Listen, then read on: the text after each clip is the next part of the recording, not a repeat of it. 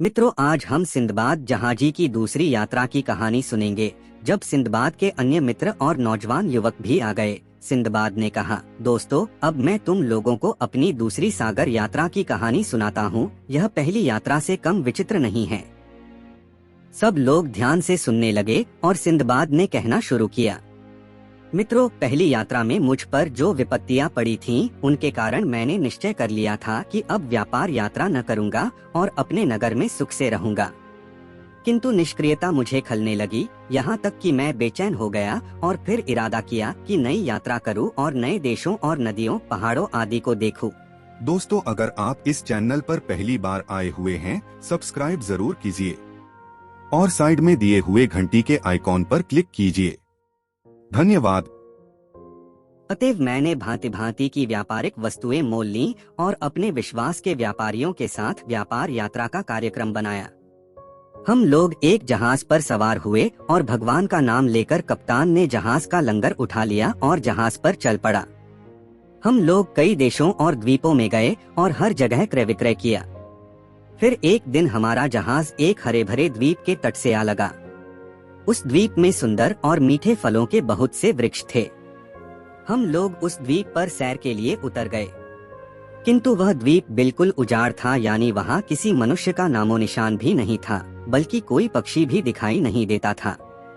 मेरे साथी पेड़ों से फल तोड़ने लगे, लेकिन मैंने एक किनारे बैठकर खाना निकाला और खाया और उसके साथ शराब पी। शराब कुछ अधिक हो गई और मैं सो गया, तो बहुत समय तक सोता ही रहा। जब आंख खुली तो देखा कि मेरा कोई साथी वहाँ नहीं है और हमारा जहाज भी पाल उड़ाता हुआ समुद्र में आगे जा रहा है। कुछ ही क्षणों में जहाज मेरी आंखों से ओझल हो गया। मैंने यह देखा तो हतप्रभ रह गया। मुझे उस समय जो दुख और संताप हुआ उसका मैं वर्णन नहीं कर सकता। मुझे विश्वास हो गया कि इसी उजाड़ द्वीप में मैं मर जाऊंगा और मेरी खबर लेने वाला भी कोई न रहेगा। मैं चिल्ला चिल्ला कर रोने लगा और सिर और छाती पीटने लगा। मैं अपने को बार बार धिक्कारता कि कमबख्त, तुझ पर पहली यात्रा ही में क्या कम विपत्तियां पड़ी थीं कि दोबारा यह मुसीबत मोल ले ली। लेकिन कब तक रोता पीटता। अंत में भगवान का नाम लेकर उठा और इधर उधर घूमने लगा कि कोई राह मिले तो जाऊं। कोई रास्ता न दिखाई दिया तो मैं एक ऊंचे पेड़ पर चढ़ गया कि शायद इधर उधर कोई ऐसी जगह मिले जहां रात काटूं। किंतु द्वीप के पेड़ों, समुद्र के जल और आकाश के अतिरिक्त कुछ न देख सका। कुछ देर बाद टापू पर मुझे दूर पर एक सफेद चीज दिखाई दी। मैंने सोचा कि शायद वही ठिकाना मिले, यद्यपि समझ में नहीं आता था कि वह क्या है। मैं पेड़ से उतरा और अपना बचा खुचा खाना लेकर उस सफेद चीज के पास पहुंचा। वह एक बड़े गुंबद सा था, लेकिन उसका कोई दरवाजा न था। वह चिकनी चीज थी जिस पर चढ़ा भी नहीं जा सकता था। उसके चारों ओर घूमने में 50 कदम होते थे। अचानक मैंने देखा कि अंधेरा हो गया।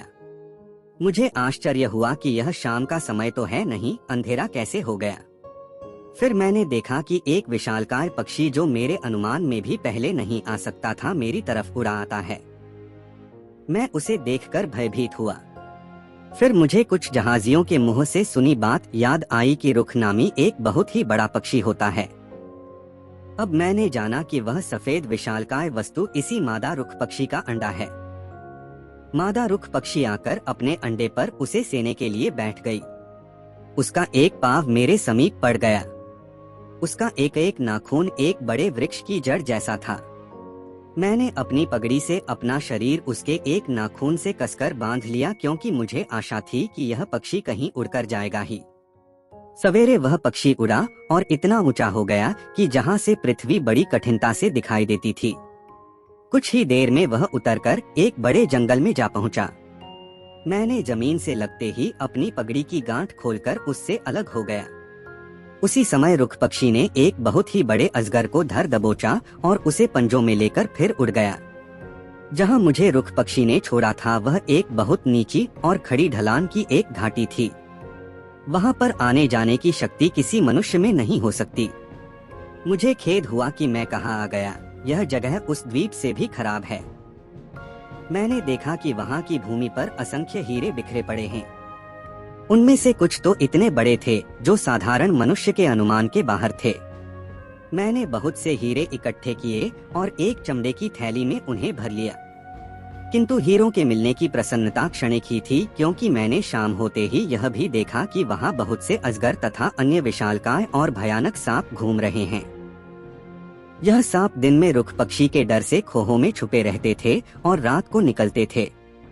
मैंने भाग्यवश एक छोटी सी गुफा पाली और उसमें छुपकर बैठ गया और उसका मुंह पत्थरों से अच्छी तरह बंद कर दिया ताकि कोई अजगर अंदर न आ सके। मैंने अपने पास बंधे भोजन में से कुछ खाया, किंतु मुझे रात भर नींद नहीं आई, क्योंकि सांपों और अजगरों की भयानक फुसकारें मुझे डराती रहीं और मैं रात भर जान के डर से कांपता रहा।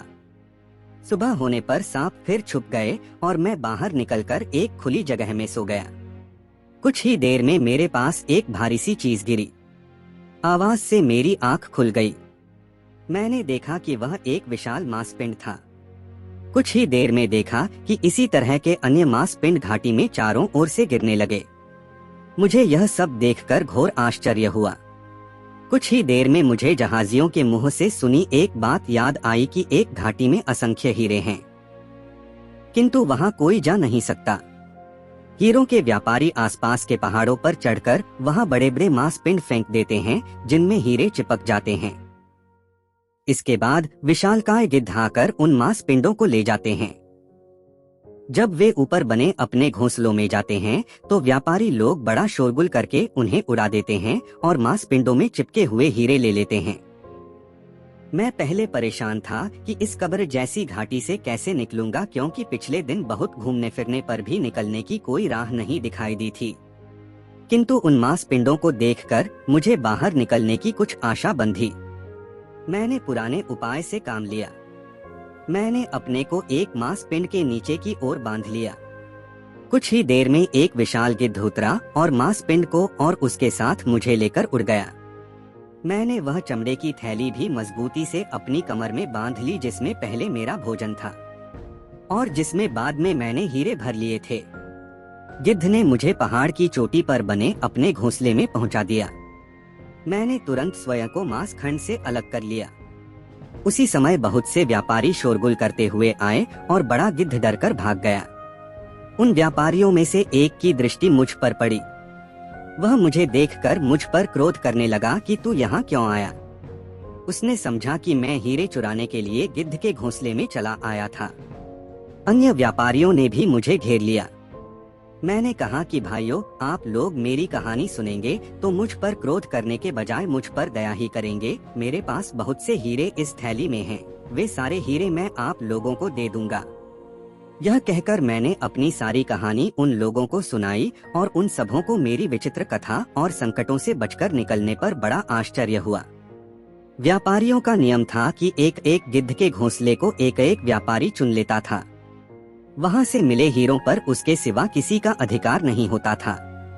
इसीलिए वह व्यापारी जिसके हिस्से में वह घोंसला था मुझ पर क्रोध कर रहा था। मैंने अपनी थैली उलट दी।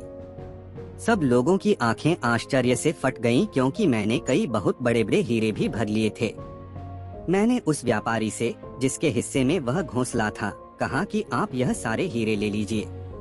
उसने कहा कि यह हीरे तुम्हारे हैं, मैं इनमें से कुछ न लूंगा। किंतु जब मैंने बहुत जोर दिया तो उसने एक बड़ा हीरा और दो चार छोटे हीरे ले लिए और कहा कि इतना धन मुझे सारी जिंदगी आराम से रहने को काफी है और मुझे दोबारा यहाँ आने और हीरे प्राप्त करने की आवश्यकता नहीं पड़ेगी। रात मैंने उन्हीं व्यापारियों के साथ गुजारी। उन्होंने मुझसे विस्तार से मेरी कहानी जाननी चाहिए और मैंने सारे अनुभवों का उनसे वर्णन किया। मुझे अपने सौभाग्य पर स्वयं जैसे विश्वास नहीं हो रहा था।